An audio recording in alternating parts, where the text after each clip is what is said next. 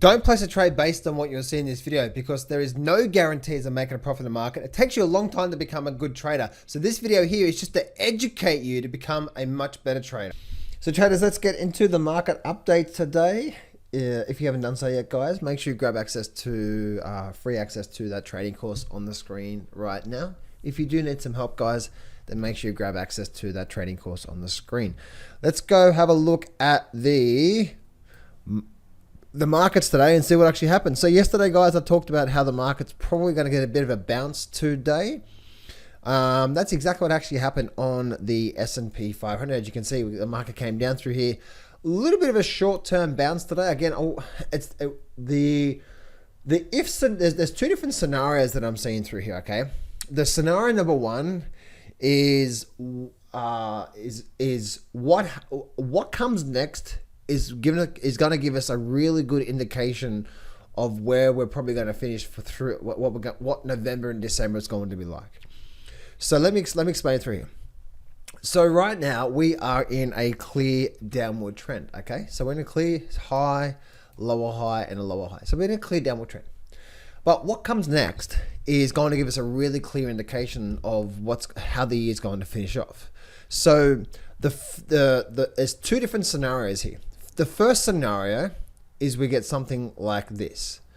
All right, we get something like this where the market goes straight up like that, straight up like that, and straight up like that.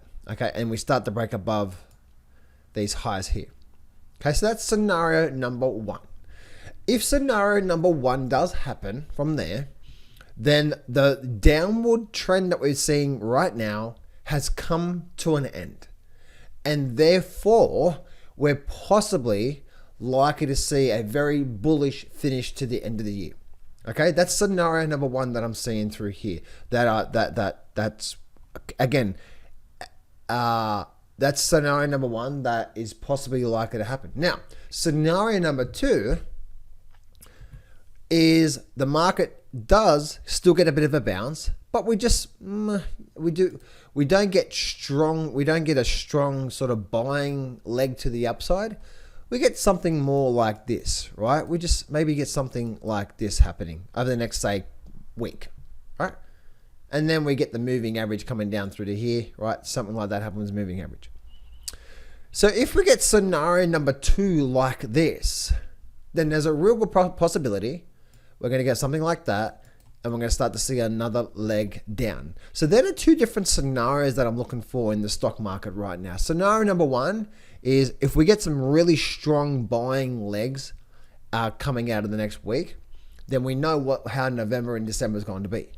But over the next week, if we don't get that, if we don't get this, but instead we get something like that coming up like there.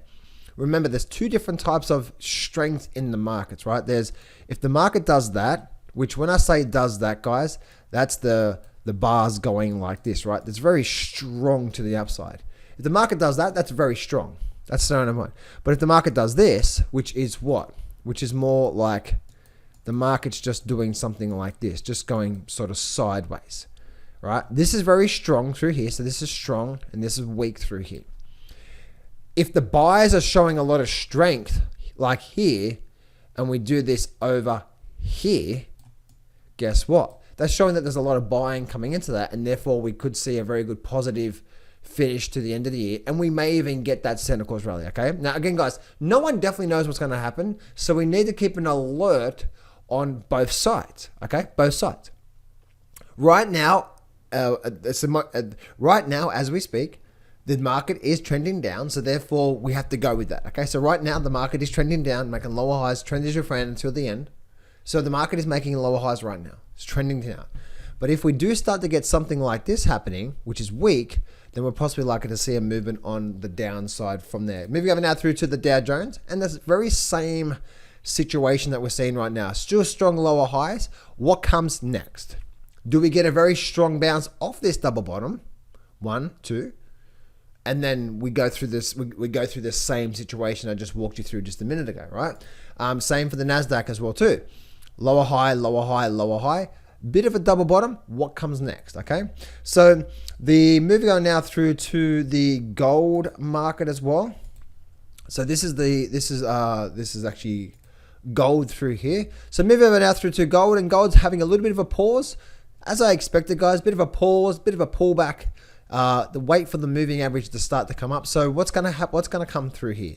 I would really like to see this thing start to pull back, like the start to get a bit of a something like this. Probably get the moving average start to trend up like this, and we may get a pullback, or we may just get a bit of sideways movement from here, and then we start to see something like that happening out of gold through there. I'm very bullish gold, but on overall, but having this very strong buying leg. Remember I said before about the stock market? If we got something like that at the stock market, then guess what? It starts to change the tune, doesn't it?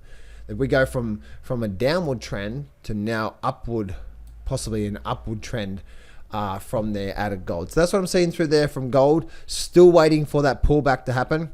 Or should I say the pullback is happening right now, I would say. 1, 2, 3, 4 bars going sideways. Again, we've seen that through there. For this bull market to start, we need some sort of a higher low to come into place.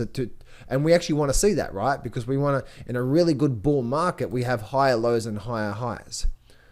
So we actually want to see this thing come down to start seeing a higher low first, just to really start to solidify. Maybe that's the words that come to mind right now. Really give a bit of strength behind, okay, here's the buys, this trend is up, right? And so therefore, that's what I want to see through there. I want to see this higher low coming into place through here. Now, maybe I'm now through to silver as well too. And the silver market is something that's really interesting as well too, right? We come down, come back up. The same thing for the silver market as well too, right? We're seeing through here. Let's get a bit of a short-term pullback, get it a higher low, and then bam, we break these highs. We get something like that. Something like here, we start to see the market break up through there. Very, very, very, very strong sign that we're possibly then breaking out of that level through there as well too, which is coming down through there.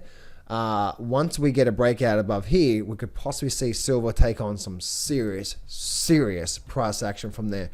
Move over now through to the GDX as well too, or should I say the gold mining sector from there.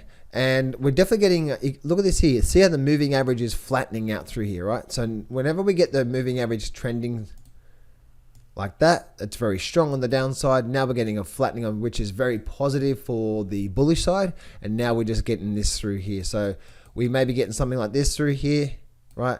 And then maybe we start to see something like that breaking up above there. So getting a very good sort of good positive sign out of the mining sector, down and slowly back up as well too. Let's go look at the GDXJ as well too.